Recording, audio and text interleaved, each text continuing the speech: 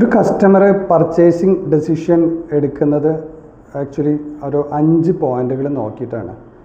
First point എന്ന് വെച്ച് കഴിഞ്ഞാൽ ആ പ്രൊഡക്റ്റിൻ്റെ അല്ലെങ്കിൽ സർവീസിൻ്റെ പ്രൈസ് ഓർ ക്വാളിറ്റി. നമ്മൾ സാധാരണയായിട്ട് ആ ഒരു പ്രൊഡക്റ്റ് ഒരു പ്രൈസ് അല്ലെങ്കിൽ അതിൻ്റെ ഒരു ക്വാളിറ്റി എത്രത്തോളം ഉണ്ട് എന്ന് നോക്കിയിട്ട് നമ്മളൊരു പർച്ചേസിങ് ഡെസിഷൻ സാധാരണ എടുക്കാറുണ്ട്. സെക്കൻഡ് പോയിൻ്റാണ് trust or credibility. Branded items ഒക്കെ ആണെങ്കിൽ നമ്മൾ എടുക്കുന്നത് അതിനോടുള്ളൊരു ട്രസ്റ്റ് അല്ലെങ്കിൽ ആ ഒരു ക്രെഡിബിലിറ്റി നോക്കിയിട്ടാണ് നമ്മൾ പർച്ചേസ് ചെയ്യാറുള്ളത്.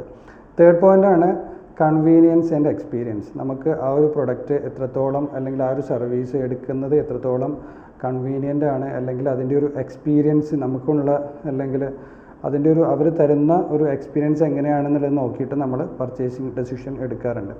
ഫോർത്ത് പോയിൻ്റ് എന്ന് പറയുന്നത് ഇമോഷണൽ കണക്ഷനാണ്. ആ ഒരു ബ്രാൻഡ് അല്ലെങ്കിൽ ആ ഒരു ബിസിനസ്സുമായിട്ട് നമുക്കുള്ള ഒരു ഇമോഷണൽ കണക്ഷൻ, അല്ലെങ്കിൽ അത് നമുക്ക് എന്ത് തരത്തിലുള്ള ഇമോഷണൽ ഫീലിംഗ് തരും എന്നുള്ള കാര്യം നോക്കിയിട്ട് നമ്മൾ എന്ത് ചെയ്യാറുണ്ട്, പർച്ചേസിങ് ഡെസിഷൻ എടുക്കാറുണ്ട്. ഫിഫ്ത്ത് പോയിൻ്റ് എന്ന് വെച്ച് കഴിഞ്ഞാൽ റെഫറൻസാണ്. നമുക്കൊക്കെ സാധാരണ അറിയാം, നമ്മൾ മറ്റാളുകളെ നമ്മളെ റെഫർ ചെയ്ത് കഴിഞ്ഞാൽ അല്ലെങ്കിൽ മൗത്ത് പബ്ലിസിറ്റി വഴി നമ്മൾ എന്ത് ചെയ്യാറുണ്ട്, ആ ഒരു പർച്ചേസിങ് ഡെസിഷൻ നമ്മൾ എടുക്കാറുണ്ട്. അപ്പോൾ 5 പോയിന്റുകളാണുള്ളത്. ഒന്ന് പ്രൈസ് ഓർ ക്വാളിറ്റി, സെക്കൻഡ് വന്നിട്ട് ട്രസ്റ്റ് ഓർ ക്രെഡിബിലിറ്റി, തേർഡ് വന്നിട്ട് convenience or experience, fourth point emotional connection, and fifth point reference.